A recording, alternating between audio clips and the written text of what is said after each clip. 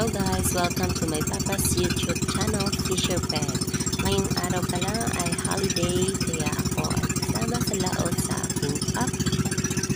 Ayan, kasi gusto ko talaga makita ng isdang, malaking isda na nanghuli pala.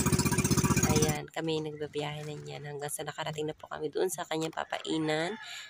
Diyan kami nangunguha ng pain. Ayan na. Yan pala, magkakasama kami nila Kuya Kimpi, ni Ate Bem, at may isa pang bangka doon sa may unahan banda namin. Yan sila, kasama si Kuya. Nag-start na pala si Papa dyan, mangundak. Mundak yung tawag sa Bisaya, yan. Mundak na siya ng pampain na ilalagay niya dyan sa mga buya niya na nandyan sa may luwang. Ayan.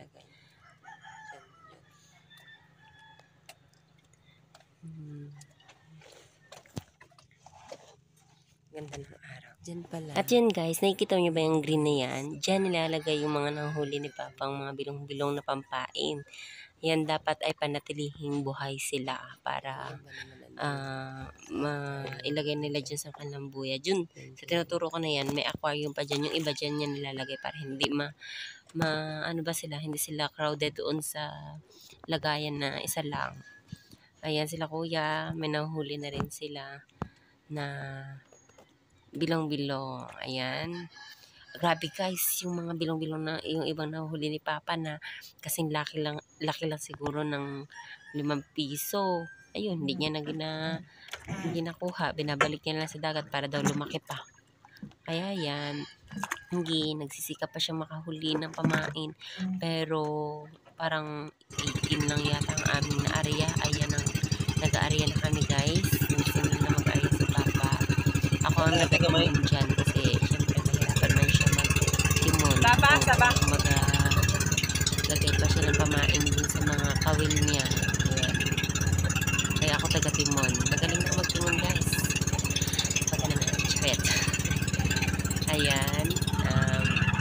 Nasugatan pa nga dyan sa Papa sa kamay niya. Kita ko, dumudugo. Sabi, isip-isip ko nga baka mamaya maamoy ng pating. Ayan, patuloy lang ako sa pagtimon, dire-diretso lang yan guys, pero feeling ko nagtabi-tabingi na talaga siya. Pero nung pagpa-uwi namin din, sabi ako talaga nagtimon, saya-saya, kasi ang hirap na nakakangalay ng braso, yun. Tapos nakakaantok. Ayan, tuloy-tuloy lang yung process hanggang sa maubos yung pain ng mga buhay. Story time lang guys ha. Alam niyo ba, di ba nag-area na kami niyan? Nag-area na kami ng mga buyan na yan. Pag na-area na yan lahat, alam niyo ba, kapag tinitignan ko sila isa-isa, pakiramdam ko lahat ng mga buya ay gaandar. Ay gan, gaandar yung katakbo baga, feeling mo na may mga huli na yung mga buya. Yun pala, yun lang yung mga pain yun. Galangoy-langoy, ginadala yung mga buya kung saan-saan. Tapos kapag malakas yung sog, alam mo yung sog, ang tawag doon yung pag malakas yung hangin yung sa ilalim ng dagat. Kung saan yung way na papunta yung mga isda, yung ganun, basta yun yung sog. Kalimutan ko yung term nun eh. Yun, parang pakiramdam mo talaga lahat ng buya, gaandar. Pero ang gagaling ng mga mangingisda, no? Kasi nalalaman nila kung ano yun ako na may laman na isda or nakainan na isda, ganun. Pero pag hindi ka talaga expert, wala talaga. Parang gusto mo lang i-check lahat ng buya para malaman mo kung may laman na. Ayan, kaya talaga trinay ko sa mama para malaman ko kung paano yung pamamaraan nila, ganyan. Yan guys, ako yun, pinapakita ko yung sarili ko na ako nagtitimon, pilingon! Pagkatapos namin dyan ay nagpahinga kami sa payo, nagtali kami, ayan. Si boring na ang person, pabidyo-bidyo na lang sa paa. Ang ganda kasi ng dagat, promise. Diba? Walang alon-alon, pero grabing init na yan. Ganda ng dagat, patanaw-tanaw na lang kami dyan sa mga buya, baka may biglang tumalon. Para biglang bagrak na lang, takbo. Ay, hindi pala takbo. Paandar! Ayan. Sige. Ayan na nga. Nagtagilid na May siya. nakakita na Ay. nakita ni Mura Eggs Randy magkabitikan. yung isang buya namin nagtabingi na. Sabi niya may huli na yun nung ayun. Kaya pinuntahan namin dali-dali ni Papa. Shout out pala sa'yo, Eggs Randy. Salamat. At yan, gibiran na ni Papa. Hila-hila niya na yan. Tingnan niyo guys kung anong isda yan. Surprise! Talagang galing ng Panginoon, pinag-pray ko sa kanya. Bigyan kami ng huli na pampadala kay Inday o kaya pang-ulam. Yun. Pero alam mo ang binigay ng Panginoon, pang-ulam. Ayan. Untog pa. Ayan na siya. Ano yan? Rumpi guys. Sakto talaga yung pang-ulam dahil Friday. Ayan na. Ipasok mo na pa. Diba? Ang sarap-sarap po ng isda na yan. Malinamnam, mataba, masarap sa sinigang. Ayan po yung ginawa kong fish fillet. Kung nakita niyo po yung aking video. Salamat. Ayan, yummy. Ayan siya, pero alam nyo guys, nakarating talaga yan dito sa bahay na buhay pa rin talaga siya. Kahit na may sugat siya sa may bandang tiyan. Ayan, paikot-ikot na po kami. Habang kami po ay papunta dito na kuya, nakakita po kami nitong pamilaan. Kaya binalikan namin yan at yan, hinila na ni Papa. Ako ulit nagtimon yan guys. Basta hindi niya nakikita si Papang nagatimon. Ako yun. Ano madalas nagkakain sa ganyan pa? Yan. Pilingon no? Bilaan? proud na marunong magtimon. Ayan. Ang pagtitimon pala guys, kapag diretso lang. Ayan na pala yung isda. Tingnan nyo. Nakikita nyo ba? Ayan na. Parang feeling ko ang tagal-tagal na niya. Nagpalutang-lutang. Ganyan lang pala kalita pamilan. Ayun na guys, nakikita niyo na ba yung nagaputi na yan?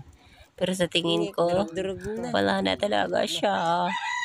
At yan nga, nakita namin, hati na yung katawan niya, nakanganga na, parang akala mo, isang buwan na yata yung nakasabit na lang dyan. Tapos pinapaglaruan ng mga tangigo, kaya gulyasan yung katawan niya. Sakit! Ayan guys, pumunta pala kami kay Kuya. Dinalaw namin sila kung meron na ba silang padawi. At yun nga, wala pa daw, nag-aantay pa din sila.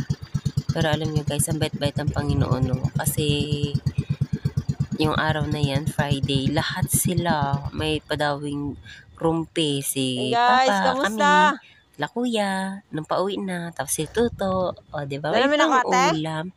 Happy ang tummy. Ay na guys. Tignan nyo guys ang aming buya. Meron pala kami nag-reunion sila. Nagsama-sama. Nag-ipon-ipon yung kanyang mga buya. Dahil ayaw nilang mahirapan kami hanapin sila. Ayan, mga nagsama-sama buya, na nga. nag-reunion na. Ayan, yun nilapitan namin guys. Tiningnan namin kung anong ganap sa kanilang reunion. Uy, may kuya kay kuya. Ayan na. Kay kuya, may red. Diba? Ilan sila? 4.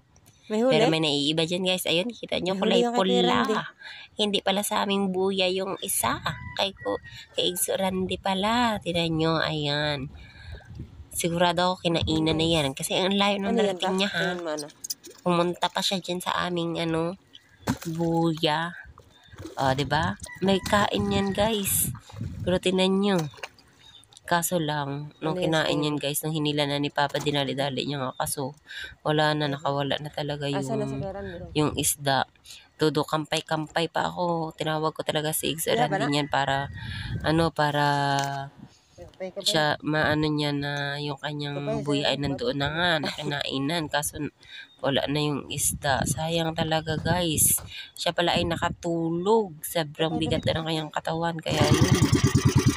Ayan guys, dahil tanghali ng tapat ng kahapon na, dahil Friday, nagkabod na kami ni Papa. Nangabod, ang tawag dyan. Ang tawag dun sa Tagalog, hindi ko alam eh. Basta sa Bisaya, alam ko, nangabod na. Ayan guys, yung pamain. Buhay pa yan, pero parang minamarder na.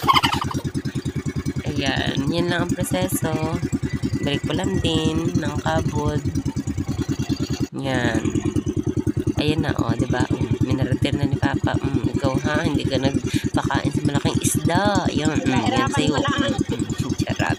Pero yan guys ay pinangulam pa dito pagdating sa bahay, dun sa mga tumutulong magbuhat ng bangka. Yan, kinukuha. Pauwi na kami yan guys. Hanggang dito na lang. Salamat sa panonood.